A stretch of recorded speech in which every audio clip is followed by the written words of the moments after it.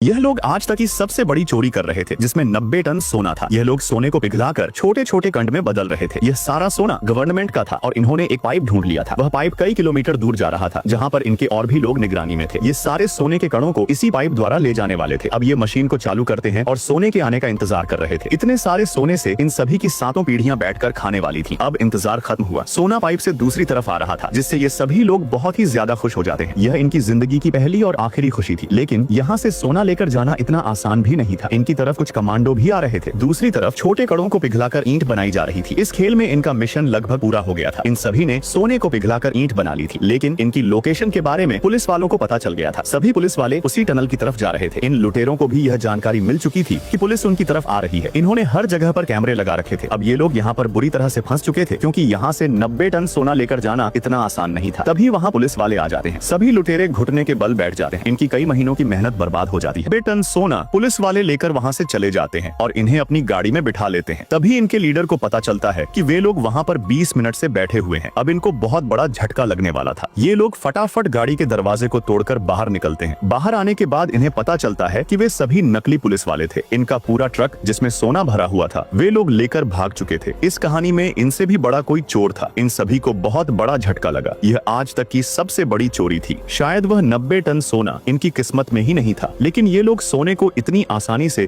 किसी रे गहरे के हाथ में नहीं जाने देंगे। अब ये लोग उनका पीछा करने का फैसला करते हैं। इन्होंने अपने सोने के ट्रक में GPS लगा रखा था। वे अपनी बाकी टीम को भी बताते हैं कि उनका सोना चोरी हो चुका है। थोड़ी देर बाद वे लोग उस लोकेशन तक पहुंच जाते हैं। अब ये लोग ट्रक में उन लोगों को ढूंढते हैं, लेकिन वहां पर इन्होंने अब उनका पूरा 90 टन सोना चुरा लिया था। यह लोग बहुत ज्यादा खुश थे, लेकिन वह लोग भी इनके बाप थे। यह सभी अपनी गाड़ी से उनका पीछा कर रहे थे। इन्होंने अपने सोने से भरे ट्रक में GPS लगा रखा था और ये लोग GPS की मदद से उनकी लोकेशन तक पहुंच जाते हैं। ये लोकेशन एक पूरी खदान थी। अब ये लोग अपनी गाड़ी से बाहर उतरते हैं। ये उन गाड़ियों में देख रहे थे, लेकिन उन गाड़ियों में कोई भी नहीं था। तभी अब पीछे वाला दरवाजा खोलने वाले थे। जैसे ही ये दरवाजे को खोलते हैं, वहाँ पर ना तो सोना था ना कोई आदमी। उन लोगों ने इनको पागल बना दिया था। वो लोग इनसे भी ज्यादा शातिर थे। तभी इनके लीडर ने देखा कि वहाँ पर गाड़ियों के निशान थे। ये उन गाड़ियों के निशान को देखकर अंदाजा लगाता है कि कैसे उन सभी ने सोने को छुपाया होगा। वो लोग सोने से भरे ट्रक में मिट्टी डाल रहे थे, ताकि किसी को लगे कि यह कचरे की गाड़ी है, लेकिन ये केवल इसका अंदाजा था। तभी ये अपने साथियों को फोन करके बताता है। ये कहता है, इस एरिया के सभी कैमरे चेक करो। अब ये लोग CCTV कैमरों को चेक करते हैं, लेकिन इनको उस फुटेज में कोई भी कचरे की गाड़ी नहीं दिखाई देती। उन साथियों ने नकली फुटेज लगा दी थी। इनका लीडर कहता है कि उन्होंने आसपास किसी जमीन में सोने को दफनाया होगा, और इसकी बात बिल्कुल सही होती। अब ये लोग 90 टन सोने को जमीन में दबा रहे थे। इस आदमी का अंदाजा बिल्कुल सही निकला था कि वो लोग सोने को जमीन में दबाएंगे। अब ये लोग सोने को दबाने के बाद उसके ऊपर एक घर शिफ्ट करते हैं। इन्होंने थोड़ी ही देर में उस सोने के ऊपर बहुत ही शानदार घर बना दिया था। इसे देखकर कोई सोच भी नहीं सकता था कि सोना इसके नीचे होगा। ये लोग यहाँ से चले जाते हैं। यहाँ पर उस लीडर के सभी लोग एक एक करके पकड़े जा रहे थे। 90 टन सोने को चुराने के बाद ये लोग बुरी तरह से फंस चुके थे और उनके पास सोना भी नहीं था। अब ये पुलिस वाला उनके लीडर को फोन करता है और इस लड़की की आवाज सुनाता है। लड़की की आवाज सुनते ही उसे जोर का झटका लगता है, क्योंकि उसने कभी सोचा भी नहीं था कि उसके लोग पकड़े जाएंगे। ये आदमी अब चारों तरफ से फंस चुका था। वह पुलिस वालों से कहता है, मैं सरेंडर करने के लिए तैयार हूँ और इस खेल को यहीं खत्म करते हैं। लेकिन ये लड़की अपने लीडर को मना करती है। लीडर इस लड़की से कहता है, तुमको सोने को ढूंढना होगा। इनमें से किसी को भी नहीं पता था कि लीडर अब कौन सी चाल चलने वाला था। इस लीडर ने पहले से ही प्लानिंग कर रखी थी। अब ये लोग सोना ढूंढने चले जाते हैं और लीडर पुलिस वालों के पास पहुंच जाता है। पुलिस वाला उससे पूछता है, सोना कहाँ है, लेकिन वह कहता है, मुझे नहीं पता। तभी पुलिस वाला उसकी गर्दन पकड़कर उसे सभी के सामने लाता है और कहता है, सोने के बारे में पूछता है, लेकिन यह कहता है, मुझे नहीं पता। तभी वो इसकी गर्दन को पकड़कर इनके पास लाता है और कहता है, देख इसकी आंखों में, इनको अब पूरी जिंदगी जेल में सड़ना होगा। और देख